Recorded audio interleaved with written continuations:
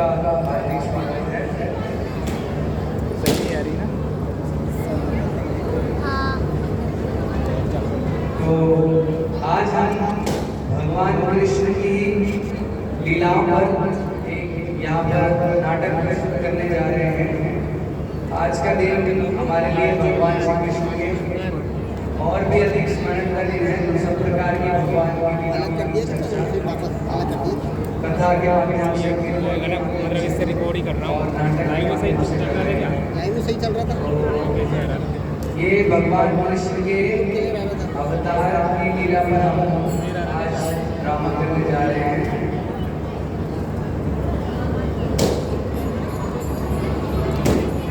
तो श्रीमद् भागवत में इस प्रकार भगवान के अवतार की लीला का वर्णन है। उसी के अनुसार यहाँ पे नाटक प्रस्तुत किया जा रहा है।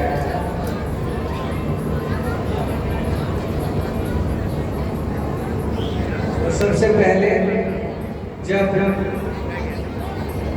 देवकी और वसुदेव जी का विवाह होना हुआ था और कंस जो देवकी का भाई था वह देवकी को और वसुदेव जी को अपने ही रथ पर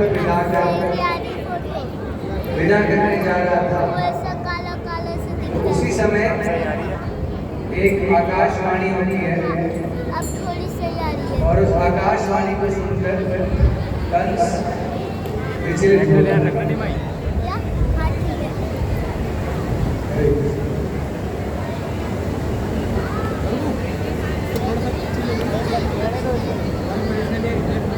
कंस बहुत ही आनंदपूर्वक देखते वसुदेव को अपने रथ पर बिठा कर लाइव नहीं है तो ऐसे रिकॉर्ड ही हो रहा है। तो बाद में डाल देना, सबके ग्रुप में डाल और देना। अचानक बैक बैक करने पर ये बैटरी उड़ जाने वाली, एक दो टमकी और आकाशवाणी सुनाई देती है। फोटो खींच रहा कोई दिक्कत नहीं है। डायरेक्ट बंद कर दो इसको। डायरेक्ट आ जाएगी। दूसरी बैटरी लगा दूंगा कोई बात बैटरी है क्या अपने पास चालू? हाँ, एक बैक अपने पास है ना? बैक का ध्यान रखेंगे भाई।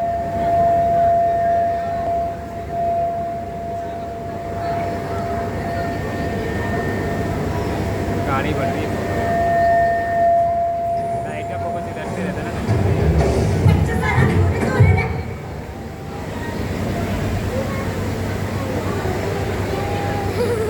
बोल के लाइव कर दूँ क्या?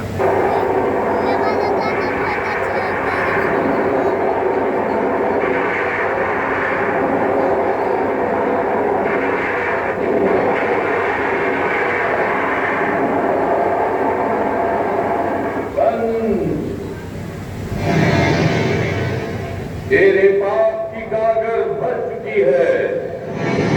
देव की वसुदेव का 8वां पुत्र ही तेरा वध करेगा और संसार को तेरे अत्याचारों से मुक्ति दिलाएगा।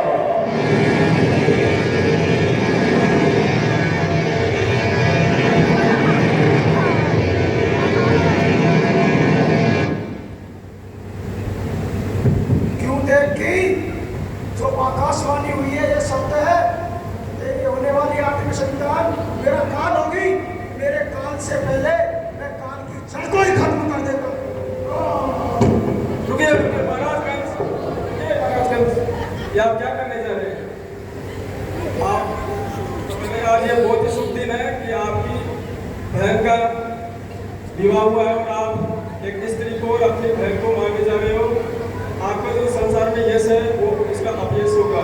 तो मैं आपको वचन देता हूँ कि जो भी मेरी संतान होगी मैं आपको समर्पित कर दूंगा। ठीक है वसुदेव, आपको सारा संसार जानता है कि आप सब आपके कहने से मैं देवकी को छोड़ देता हूँ। तो इस प्रकार वसुदेव जी के प्रतिज्ञा के कारण कंस ने उस समय देवकी का वध नहीं किया और उन्हें छोड़ दिया। परंतु जब कंस अपने राजमहल पर बैठा था और वह हर समय यह चिंतन करता था कि कब देवकी की आखिरी संतान होगी और मैं उसका वध कर दूंगा। तो देवताओं की प्रार्थना के द्वारा नारद मुनि भगवान की लीला में सदैव सहयोग करते हैं। इस कारण वे देवताओं की प्रार्थना के कारण स्वयं कंस के महल में जाकर उसे प्रोत्साहित करते हैं।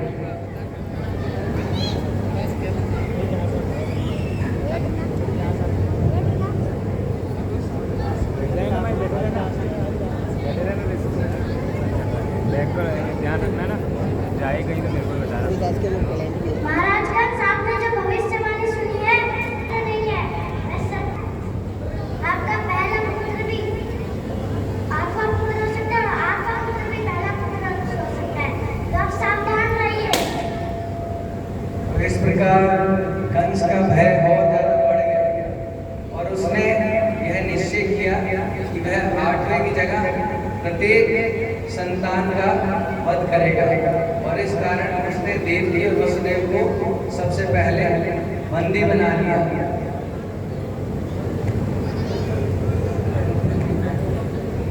ठीक है, इन दोनों को बंदी बना लेते हैं।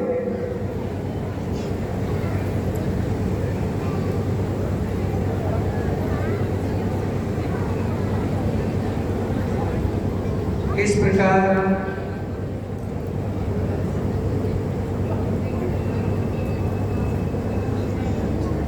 तो इस प्रकार कंस के कारागृह में जब देवकी का पहला पुत्र हुआ तो कंस उस कारागृह में गया उस संतान का वध कर दिया।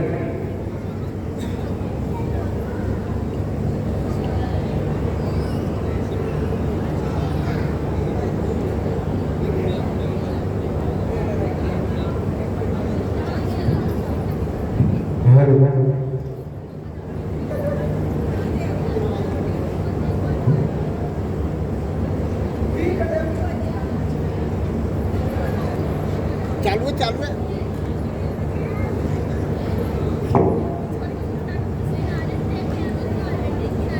ठीक है देवकी, तुम्हारी इस संतान को मुझे दे दो, मुझे दे दो। मेरे बच्चे को मत। लेकिन कंस ने एक भी नहीं सुनी और उस बच्चे का वध कर दिया। इस प्रकार एक के बाद एक देवकी को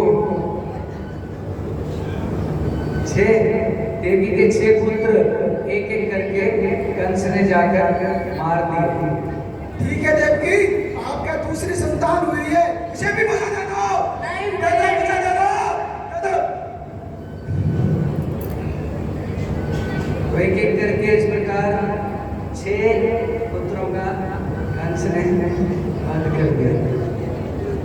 ठीक है देवकी, आपकी इस संतान को मुझे दो। तो इस प्रकार एक एक करके कंस ने देवकी के 6 पुत्रों का वध कर दिया।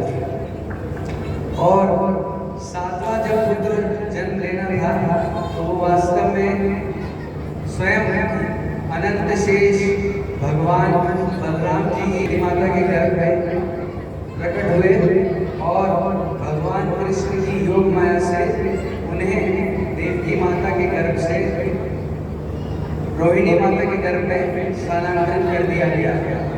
और उस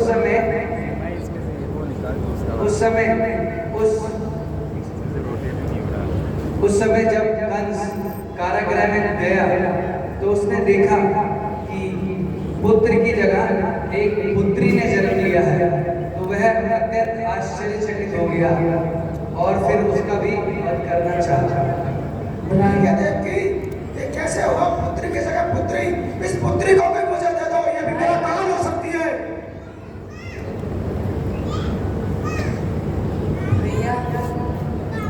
भैया ये तो पुत्री है, कृपया इसको तो मुझे अपने पुत्री रूप में रखने दीजिए। लेकिन कंस ने देवकी की कोई प्रार्थना न सुनी और उस कन्या का भी वध करना चाहा। जैसे ही उसने उस कन्या का वध करने के लिए उसे उठाया, मुझे दे दो उसे। वह कन्या आकाश में अपने आप चली गई और उसने एक देवी का रूप धारण कर लिया। वो वास्तव में दुर्गा देवी ही थी और वह कंस को चेतावनी देती है। हे मूर्ख कंस, तुझे मारने वाला कोई और है। मुझे मारने से तुझे कुछ प्राप्त नहीं होगा। जो तुझे मारेगा वो पहले ही धरती पर अवतरित हो चुका है। इस प्रकार की भविष्यवाणी करके दुर्गा माता वहां से अंतर ध्यान हो गई। इससे कंस अत्यंत भय कि उसका काल अवश्य कहीं प्रकट हो चुका है। तो लाइव ही कर देता है। इस प्रकार भगवान की इच्छा के अनुसार भगवान बलराम रोहिणी माता के गर्भ में चले गए। और क्योंकि दुर्गा देवी ने भगवान की इस लीला में सहयोग किया था, तो भगवान ने देवी को यह वरदान दिया युग में वैष्णवी देवी के रूप में प्रसिद्ध होगी और जो भी उनकी पूजा करेगा उसकी सब भौतिक इच्छाएं पूरी होंगी। और 8वें गर्भ के रूप में स्वयं परम भगवान श्री कृष्ण देवकी माता के गर्भ में अवतरित हुए। और भगवान कृष्ण जब देवकी माता के गर्भ में आश्रय लिए तो उस समय देवकी माता के गर्भ से दिव्य प्रकाश सब तरफ फैल गया, जिससे यह समझ में आ रहा था कि साक्षात भगवान नारायण ही देवकी माता के गर्भ में अवतरित हुए हैं। और जब भगवान कृष्ण ने कारागृह में अवतार ग्रहण किया तो सब प्रकार का वहाँ दिव्य वातावरण प्रकट होने लगा। और जैसे ही भगवान कृष्ण के अवतार से पहले अनेक देवी देवता भी आकर देवकी माता के प्रति प्रार्थना करने लगे और उनकी स्तुति करने लगे। और भगवान कृष्ण के अवतार होते ही भगवान कोई साधारण बालक के रूप में नहीं प्रकट हुए, बल्कि जन्म लेते ही भगवान चतुर्भुज नारायण के रूप में उनकी 4 भुजाएं थी और पीत वस्त्र धारण किए हुए थे और दिव्य आभूषणों से युक्त थे। इस प्रकार भगवान के दिव्य स्वरूप के दर्शन करके देवकी और वसुदेव अत्यंत आनंदित हो गए और वसुदेव भी भगवान की स्तुति करने लगे। और भगवान ने उन्हें ये आदेश दिया कि वे कंस के कारागृह से उन्हें गोकुल में नंद और यशोदा के पास ले जाएं। तो जैसे ही वसुदेव जी ने प्राप्त किया तो उन्होंने भगवान को अपनी गोद में लिया और उन्हें गोकुल की ओर ले जाने लगे। उस समय अत्यंत तीव्र वर्षा हो रही थी और यमुना का जल भी बहुत तेजी से आगे बढ़ रहा था, परंतु भगवान की इच्छा से वसुदेव जी सब प्रकार की बाधाओं को दूर करते हुए गोकुल में नंद महाराज के भवन में यशोदा जी के पास कृष्ण को छोड़ के आ गए। इस प्रकार भगवान कृष्ण का अवतार हुआ। भगवान कृष्ण के जन्म के पश्चात नंद यशोदा जी अत्यंत आनंदित हुए और उन्होंने भगवान का नामकरण संस्कार करना चाहा और उसके लिए उन्होंने अपने कुल पुरोहित गर्ग मुनि को आमंत्रित किया।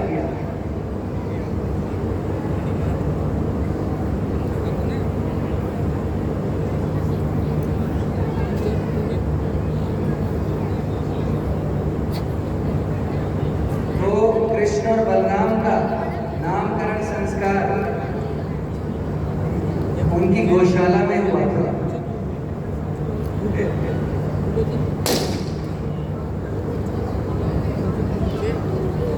बैटरी लगा लो, डाउन हो गई ना।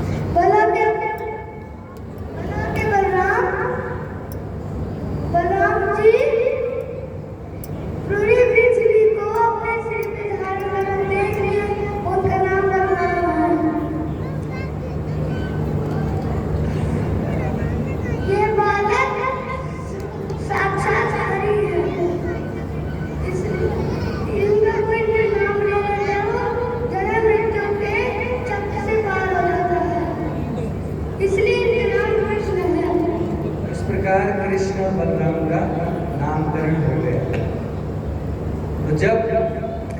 बलराम इस प्रकार गोकुल में यशोदा और नंद जी के आश्रय में रह रहे थे, परंतु कंस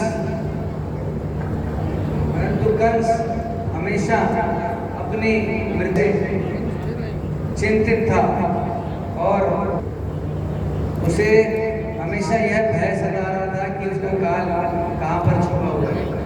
इसलिए वह अपने द्वारा कई असुरों को समय समय पर वृंदावन में गोकुल में भेज रहा था भगवान कृष्ण का वध करने के लिए। सबसे पहले उन्होंने पूतना नामक राक्षसी को बुलाया।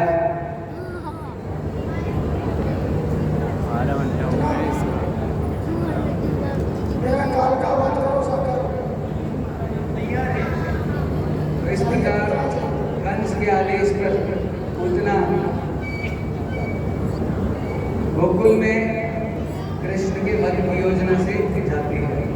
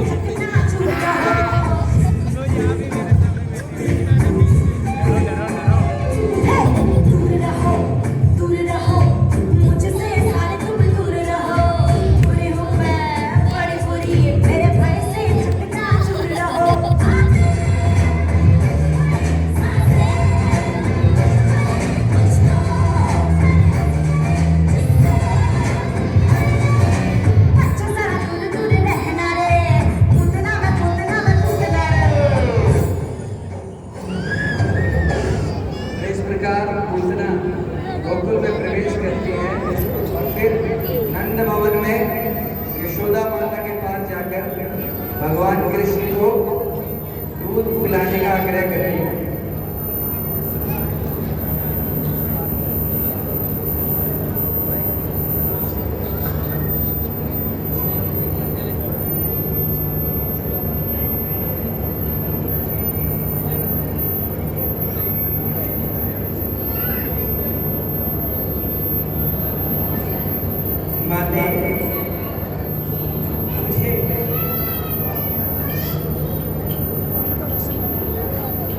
माते मुझे लाइव ही चला देता है, लाइव ही चला देता है। और मेरी स्तन का दूध पीने से, क्योंकि पूतना एक असुरी थी, उसके पास ये शक्ति थी कि अपने आप को सुंदर कन्या के रूप में परिवर्तित कर सकती थी। तो दिखने में वह बहुत सुंदर लग रही थी और इस कारण से कोई भी ब्रजवासी उसे पहचान न सके। और यशोदा माता ने सोची कि साक्षात कोई देवी आई है उनके पुत्र को आशीर्वाद देने के लिए, इसलिए उन्होंने कृष्ण को पूतना की गोद में सौंप दिया।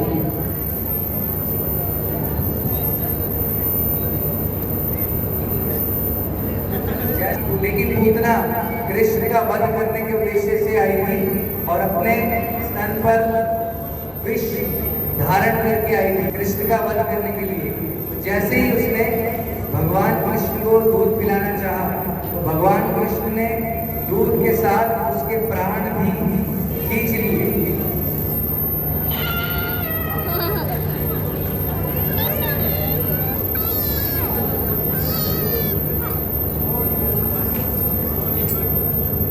तो इस प्रकार पूतना का वध हो गया। पूतना के वध से कंस अत्यंत विचलित हो गया और उसने फिर कृष्ण का वध करने के लिए एक असुर को भेजा जिसका नाम था तृणावर्त।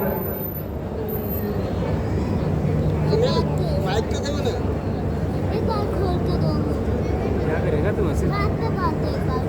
नहीं, इसे छोड़ दिया कभी तेरे को हो जाएगा। अरे वो मेरा काल का काटने की वध और करो। छोड़ दिया जी महाराज। मेरी ऐसे देख। तृणावर्त एक असुर था जो एक गवर्नर के रूप में अंदर हो जाती है, किरणें छोड़ती है, एक्सरे दूसरों का वध करता था। तो जैसे ही वह वृंदावन पहुंचा और वह तीव्र वायु के रूप में जाकर कृष्ण को उठा लिया और कृष्ण को आकाश में ऊंचा लेकर चला गया। उसी समय कृष्ण ने उसका गला पकड़ लिया और उसका वध कर दिया। इसके पश्चात कंस ने केशी नाम के असुर को ब्रज में भेजा। वह एक असुर घोड़ा था जो कृष्ण का वध करने के लिए गया और जब उसने अपने आतंक से सबको भयभीत किया और कृष्ण के पास गया तो कृष्ण ने तुरंत उसके मुंह पे प्रहार किया।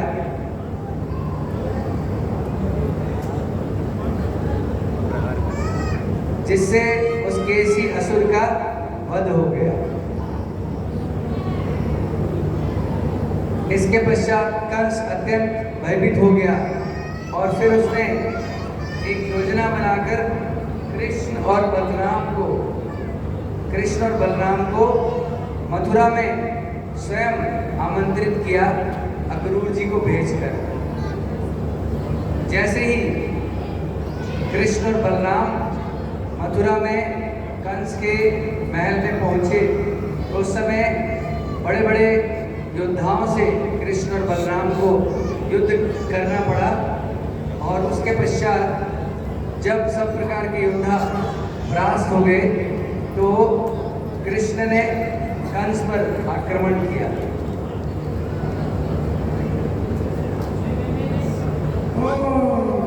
कृष्ण चलो